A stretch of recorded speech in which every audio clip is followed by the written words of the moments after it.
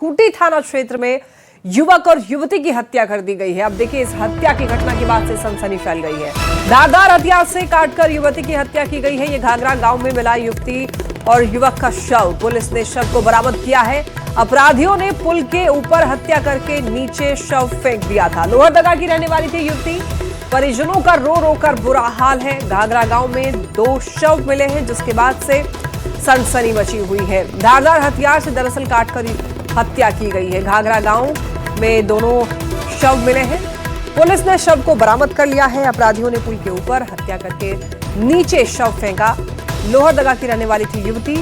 अब ऐसे में परिवार वालों का इस वक्त रो रो कर बुरा हाल है। परिवार में मातम पसरा हुआ है।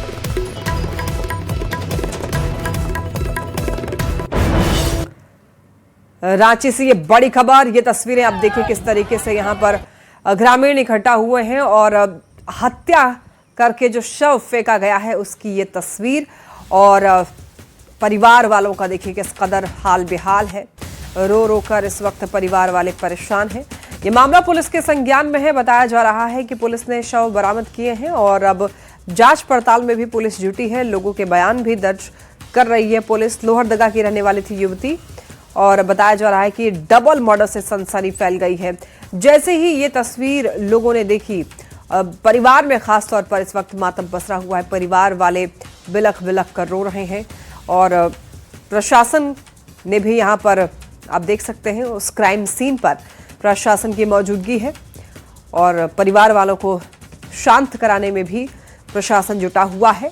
युवक और युवती डबल मर्डर देख सकते हैं आप। एक का शव कहीं और फेंका है, दूसरे का शव कहीं और फेंका है।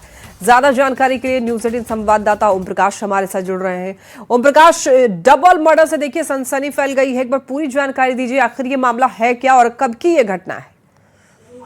जी, बता दें कि खूंटी थाना क्षेत्र का ये पूरा मामला है। घाघरा जो गांव है वहीं पर सजना नदी के नीचे ये शव जो है वो मिला है। धारदार हथियार से हत्या की गई है। युवती जो महिला है वो लोहरदगा की रहने वाली है, जो अपने पड़ोसी के साथ अपने ससुराल आई थी और उसी दरमियान उसकी हत्या जो है वो की गई है। प्रथम दृष्टया पुलिस ने इस मामले को हत्या का जो प्राथमिकी है वो दर्ज की जा चुकी है। वहीं जो आरोपित हैं और जो भी संदिग्ध लोग हैं उनसे भी पूछताछ की जा रही है। खासतौर से जो भी इसमें संदिग्ध हैं, जितने लोगों से जो जानकारी स्थानीय लोगों से पूछताछ में मिली है, उन तमाम लोगों से फिलहाल पूछताछ की जा रही है, जिसके बाद इस हत्याकांड का खुलासा होगा। लेकिन जिस तरह से ये पूरी घटना घटी है, पूरे इलाके के लोग सकते में हैं। जी, और ओम प्रकाश, प्रशासन की भी वहां पर मौजूदगी है। प्रथम दृष्टया क्या कहना है प्रशासन का इस मामले को लेकर? जी, जो शुरुआती जांच हुई है उसमें हत्या की बात की पुष्टि हुई है।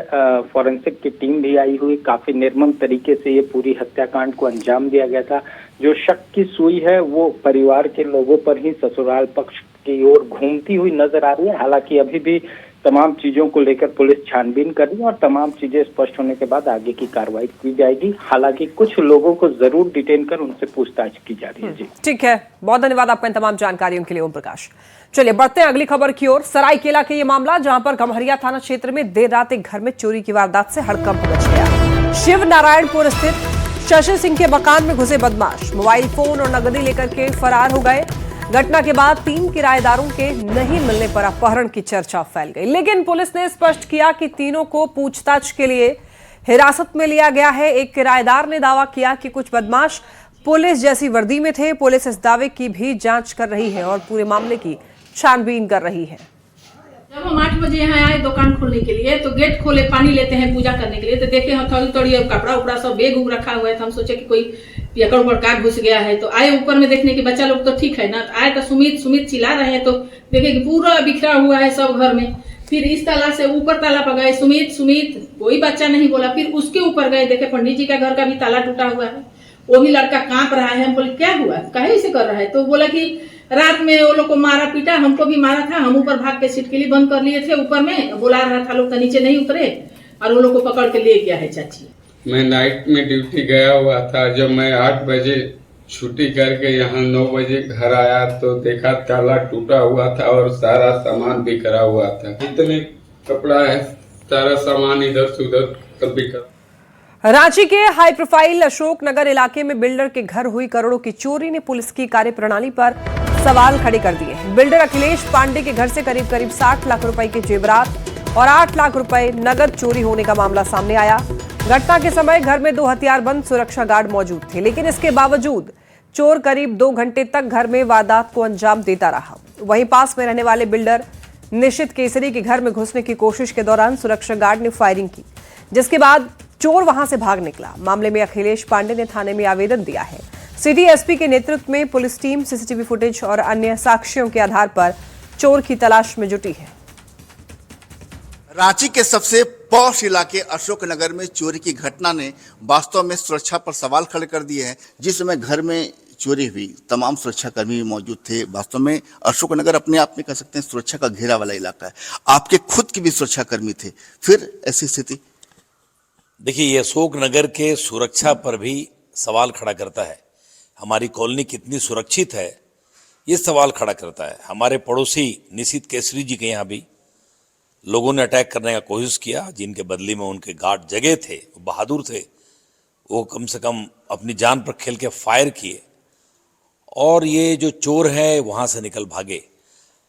और पुलिस का कहना है कि शायद सेम ही टुकड़ी है, तो पुलिस जाने, हमें तो कुछ अभी पता नहीं। मैं आज ही बॉम्बे से आ रहा हूँ, बॉम्बे भी हमारा आवास है और मैं बिजनेस के सिलसिला में वहाँ था। मेरा पूरा परिवार यही था। मेरे छोटा भाई राजेश पांडे हैं, वो भी बाहर थे। बाकी हमारे एक भाई पंकज पांडे, हमारी पत्नी और दोनों बच्चे, सब लोग घर में ही थे, माता पिता घर में ही थे। हमारे जो सुरक्षा कर्मी हैं, दुर्भाग्य की बात है कि चैन के दिन सोने के लिए ही वो हमारे यहाँ हैं। वो रात को जगेंगे तो हम चैन से सोएंगे, लेकिन वो भी खराटेदार नींद मार रहे थे 1:30 बजे के रात के बाद। उन पर भी सवाल खड़ा करता है कि तुम सो क्यों रहे थे। खैर, ये तो जांच का सब्जेक्ट है। चोर हमारे घर में घुसा, वीडियो और फुटेज से मालूम पड़ता है और ऐसा पुलिस को प्रतीत होता है कि पीछे के बाउंड्री से चोर आया और पाइप के सहारे या कैसे ऊपर घुसा कोई, और ऊपर घुस के वो नीचे उतरा और नीचे घुस के हमारे रूम में लॉक तोड़ा है और गार्ड हमारे सोए थे। इसका मतलब हो सकता है सोए हुए लोगों पर भी स्प्रे मार दिया हो, ऐसा हमें आशंका है। ये तो जांच का सब्जेक्ट है। अखिलेश जी, अगर बात करें कि चोरी की बात, तो लगभग कितने की संपत्ति चोरी हुई होगी? अब देखिए, हम लोग तो डिटेल अब कह पाना संभव नहीं है, लेकिन हमारे बेटे का अभी हाल में रिंग सेरेमनी हुआ था, तो जो भी न्योता आया था 8-10 लाख रुपया रहा होगा, वो न्योता का पूरा पैसा लेके चला गया। अशोक नगर जैसे पॉश इलाके की सुरक्षा के साथ साथ पूरी राजधानी की सुरक्षा मुकम्मल हो सके। संजय कुमार सिन्हा, न्यूज़ 18, रांची। तो वहीं राजधानी रांची में बढ़ते अपराध को लेकर बीजेपी ने सरकार पर हमला बोला। प्रवक्ता प्रतुल शाहदेव ने कहा है कि रांची क्राइम कैपिटल बनती जा रही है। उन्होंने कहा है कि सबसे सुरक्षित इलाके में घंटों वारदात होती रही, लेकिन पुलिस कुछ नहीं कर सकी। उन्होंने मामले के जल्द खुलासे की भी मांग की। कई आईएएस, कई आईपीएस रहते हैं, वहां पर 2-3 घंटे तक चोरों ने आतंक मचाया। फायरिंग की घटना हुई, करोड़ों रुपए के जेवरात की चोरी होने की खबरें आ रही हैं। और जिस तरीके से बेखौफ होकर चोरों ने आतंक मचाया, और यहाँ पे तो 24 घंटे पुलिस की गश्ती का दावा होता है, ये सारे दावे फेल जाते हैं। आम जो शहरी है वो बहुत ही जो है भय में है और अपने आप को महफूज नहीं महसूस कर रहे हैं। पुलिस को अविलंब इन घटनाओं का खुलासा करना चाहिए। जमशेदपुर से एक बड़ी खबर, ब्रेन मलेरिया का कहर जारी है। ब्रेन मलेरिया से एक और की मौत हो गई है। पोटका में 4 साल के बच्चे की मौत से हड़कंप। बीमारी से अब तक 8 लोगों की मौत हो चुकी है। पूर्वी सिंहभूम में नहीं थम रहा है कहर। जांच में 101 मरीज मिले, 1603 मरीज अस्पताल में भर्ती हैं। हाई अलर्ट पर है स्वास्थ्य विभाग। बता दें आपको, जमशेदपुर में मलेरिया का कहर थमने का नाम नहीं ले रहा है। पोटका प्रखंड के खड़िया साई गांव के 4 साल के शिव सरदार की ब्रेन मलेरिया से इलाज के दौरान मौत हो गई। इसके साथ ही जिले में मलेरिया से मरने वालों की संख्या बढ़कर 8 हो गई है, जिनमें 7 बच्चे और 1 महिला शामिल हैं। गुरुवार को जांच में 101 नए मरीज मिले हैं, जिससे कुल संक्रमितों की संख्या 1603 पहुंच गई है। 20 से ज्यादा मरीजों की हालत गंभीर बताई जा रही है। स्वास्थ्य विभाग ने पूरे जिले में दवा का छिड़काव किया, जांच अभियान और जागरूकता अभियान तेज कर दिया है। दिल्ली में आयोजित 2 दिवसीय नेशनल स्टेक होल्डर्स कंसल्टेशन 2026 के समापन के बाद मुख्यमंत्री हेमंत सोरेन ने झारखंड में निवेश और विकास को लेकर सरकार की प्रतिबद्धता दोहराई। उन्होंने कहा कि यह कंसल्टेशन राज्य के लिए एक नए अध्याय की शुरुआत है और इसके सकारात्मक परिणाम जल्द दिखाई देंगे। मुख्यमंत्री ने कहा कि सरकार राज्य हित और जन आकांक्षाओं को ध्यान में रखकर के काम कर रही है और यह भी कहा कि यह शुरुआत है तो आगे बड़े बदलाव का आधार बनेगी। हेमंत सोरेन ने विश्वास जताया है कि युवा झारखंड अब सिर्फ चल नहीं रहा है बल्कि विकास की राह पर भी तेजी से दौड़ रहा है।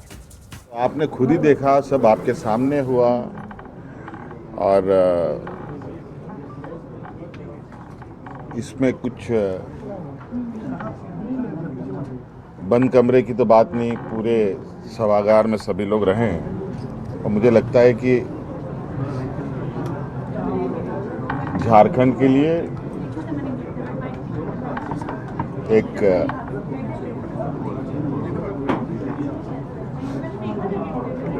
वर्तमान परिस्थिति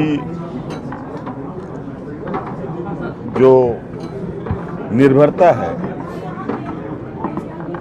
उस निर्भरता में एक नया अध्याय हम लोगों ने जोड़ा है और मुझे लगता है इसका परिणाम जल्द से दिखे। आगे इस पर काम करें। दिल्ली में हुए नेशनल स्टेक होल्डर्स कंसल्टेशन में झारखंड के लिए 86,000 करोड़ रुपए के निवेश प्रस्ताव और 14 कंपनियों के साथ एमओयू को लेकर सियासत तेज हो गई है। जेएमएम ने इसे राज्य के विकास और रोजगार के लिए बड़ी उपलब्धि बताया है, तो वहीं बीजेपी ने इसे पुरानी घोषणाओं की पुनरावृत्ति बताई, सरकार पर निशाना साधा है। झारखंडी नेता, हम सभी के चहेते झारखंड के मुख्यमंत्री, इस देश के सर्वाधिक लोकप्रिय मुख्यमंत्री हेमंत सोरेन जी को बहुत बहुत धन्यवाद।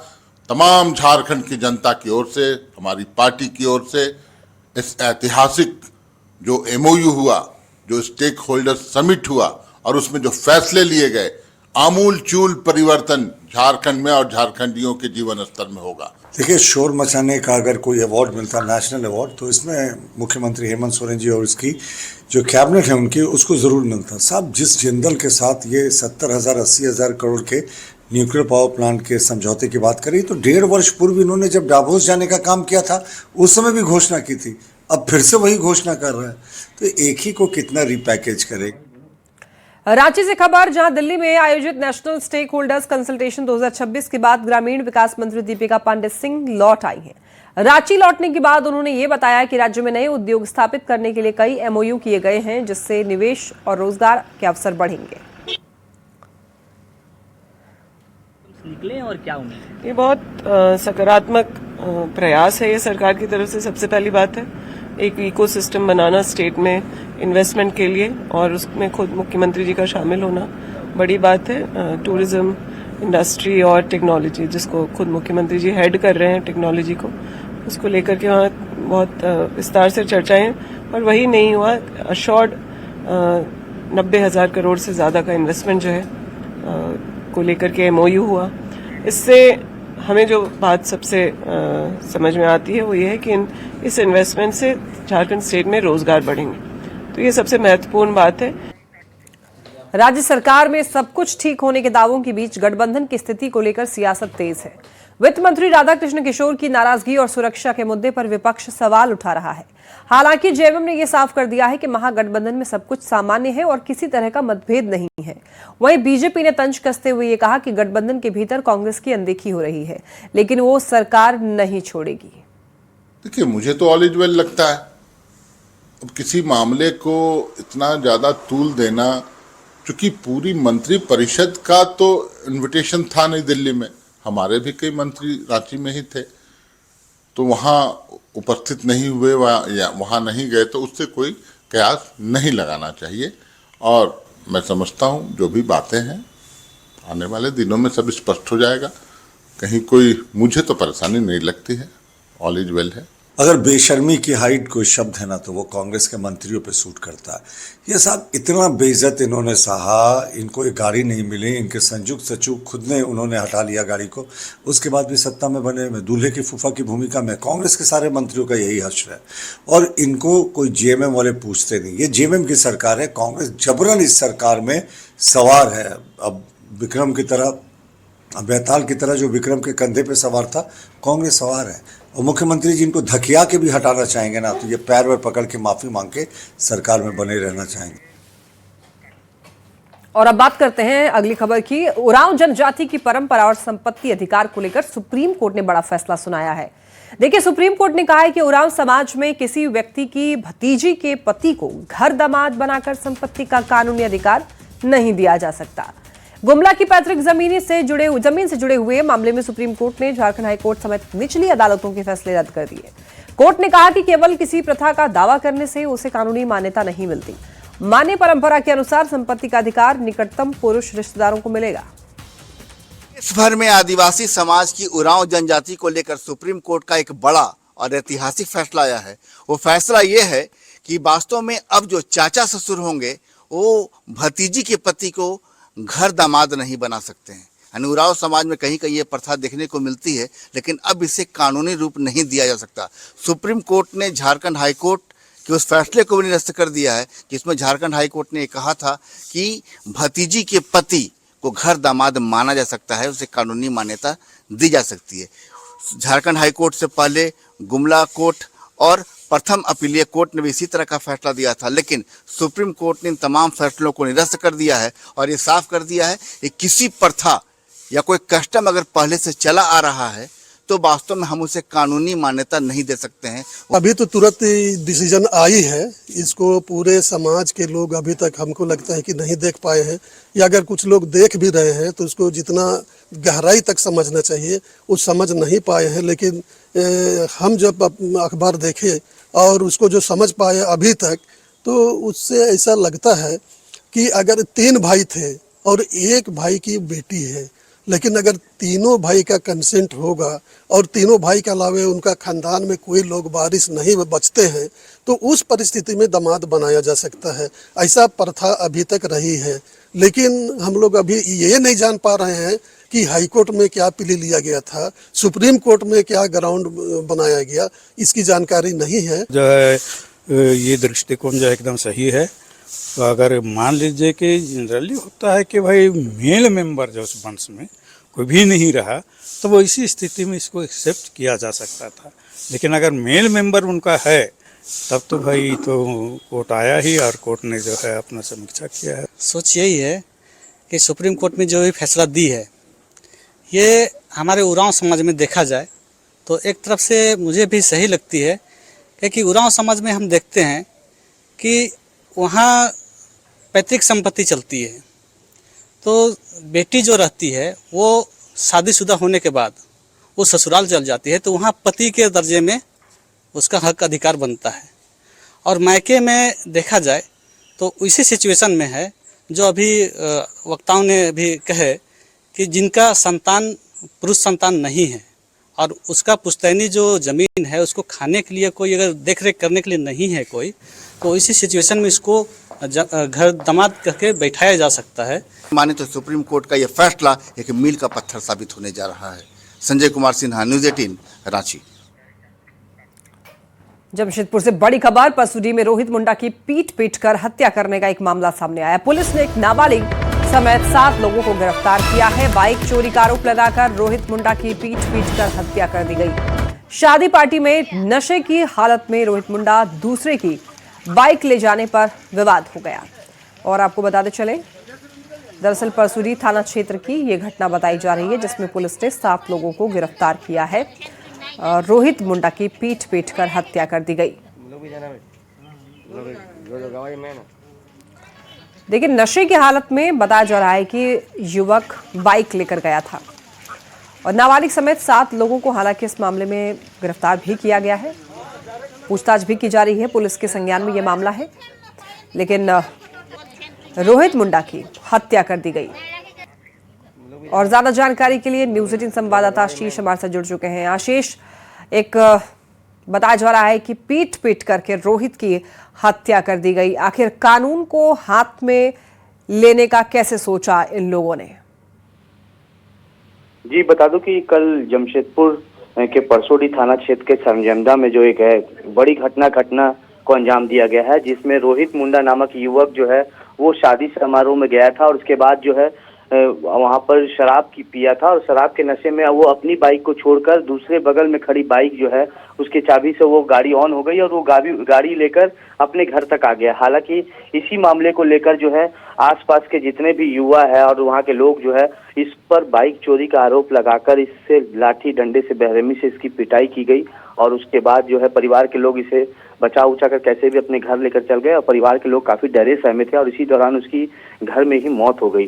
जिसके बाद जो है सूचना मिलते ही पुलिस मौके पर पहुंची और तब जाकर ये पूरे मामले का खुलासा हुआ कि एक छोटी सी गलती जो है बाइक चोरी का आरोप लगाकर उसे बेरहमी से पीटा गया और उसे मौत हो गई। हालांकि पुलिस ने अब तक एक नाबालिग समेत 7 लोगों को गिरफ्तार कर लिया है और कहीं ना कहीं और अन्य जो आरोपी है उनकी गिरफ्तारी के लिए पुलिस छापेमारी कर रही है। मगर बावजूद इस तरह की घटनाएं जो है चोरी का आरोप लगाकर किसी को कानून हाथ में लेना ये कहीं ना कहीं उचित नहीं है। मगर लगातार इस तरह की घटनाएं बढ़ते जा रही है कि चोरी का आरोप लगाकर किसी को भी बेरहमी से पीट दिया जाता है और उसकी मौत हो जाती है। फिलहाल पुलिस ने इस पर कड़ी कार्रवाई की है, 7 लोगों को अभी तक गिरफ्तार कर लिया है। अन्य जो आरोपी है उसकी गिरफ्तारी के लिए पुलिस लगातार छापेमारी कर रही है। हालांकि डीएसपी ने भी बस्ती इलाकों में वहां के लोगों से इस अपील भी किया है कि इस तरह का कानून लोगों को अपने हाथ में नहीं लेना चाहिए। अगर किसी तरह कोई चोरी का आरोप लगता है तो उसकी सूचना पहले पुलिस को देनी चाहिए, ना कि आप खुद कानून को हाथ में ले ले और बेरहमी से उसकी पिटाई कर दे। जिससे आज रोहित मुंडा जो है वो एक जवान लड़का आज हम लोग के बीच नहीं रहा, उसकी दर्दनाक मौत हो गई।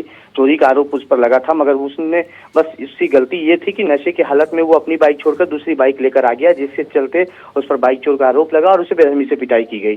जी ठीक है आशीष, बहुत धन्यवाद आपको इन तमाम जानकारियों के लिए। रांची के डॉक्टर श्यामा प्रसाद मुखर्जी विश्वविद्यालय में स्नातक सत्र 2026 से लेकर के 30 के नामांकन को लेकर छात्रों का विरोध अब तेज हो गया है। छात्रों ने सीटों में कटौती के साथ साथ यूजी मेरिट लिस्ट में गड़बड़ी का आरोप लगाया है। उनका यह कहना है कि पर्याप्त संसाधन होने के बावजूद कई विभागों की सीटें कम कर दी गई हैं, नामांकन के अवसर घटे हैं। कुलपति प्रोफेसर राजीव मनोहर ने कहा है कि विश्वविद्यालय सरकार के नियमों के अनुसार काम कर रहा है, सीटें बढ़ाने के लिए उच्च शिक्षा विभाग से बात की जाएगी। देखिए, सीटें घटाने का प्रश्न नहीं है। सीटों के लिए एक मैट्रिक्स हम लोगों को राज्य सरकार के शिक्षा विभाग से प्राप्त हुई है और उस पर राज्य सरकार मुझे लगता है कि हमारे करीब 3 सेशंस के पिछले डेटा को लेके काफ़ी समय से एक्सरसाइज कर रही थी और उन्होंने एक जस्टिफाइड वे में यूनिवर्सिटी के रिसोर्सेज को समझते हुए, शिक्षकों की उपलब्धता को समझते हुए और उसके डिमांड को समझते हुए कोर्स के सीटों की अपर लिमिट तय करी है।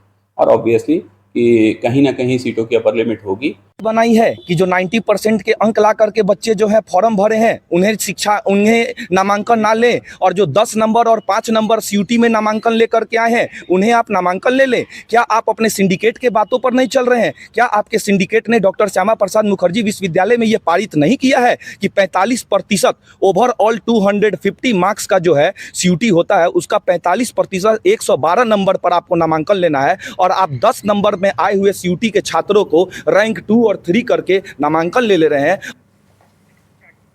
रांची से खबर, जहां पेट्रोल में एथेनॉल मिश्रण को लेकर राजनीतिक बहस अब तेज हो गई है। बीजेपी इसे ऊर्जा आत्मनिर्भरता और आधुनिक ईंधन नीति का हिस्सा बता रही है। पार्टी नेताओं का कहना है कि एथेनॉल मिश्रित पेट्रोल से जुड़ी गाड़ियों के खराब होने जैसी बातें भ्रामक हैं। वहीं कांग्रेस ने इस नीति पर सवाल उठाए हैं। कांग्रेस नेताओं का आरोप यह है कि एथेनॉल मिश्रण से माइलेज और गाड़ियों की सेल्फ लाइफ पर असर पड़ सकता है।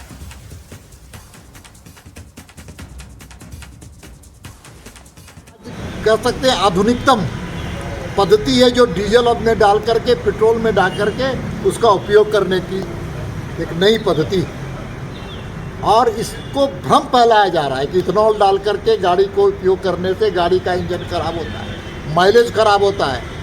कहीं इस पे दूर दूर तक कोई सच्चाई नहीं। इथेनॉल को इन्वॉल्वमेंट करने की ज़रूरत क्यों पड़ा ये केंद्र सरकार खुद बताएगा। ये इससे माइलेज घट रहा है, इससे गाड़ियाँ खराब हो रही, नई गाड़ियाँ तुरंत खराब हो जा रहा है, उसका फुल टैंक खराब हो जा रहा है, मेंटेनेंस वैल्यू बढ़ रहा है। तो केंद्र सरकार सिर्फ अपने परिवार के जो नेतागण हैं अपने परिवार से सीमित हैं। इस देश की जनता से उनको कोई मतलब नहीं है। इथेनॉल मिला के नए गाड़ियां, जो गाड़ियां का लाइफ 10 साल 12 साल 15 साल होती थी, वो अब घट के 5 साल 7 साल पे आ जाएगी। और इन्हीं खबरों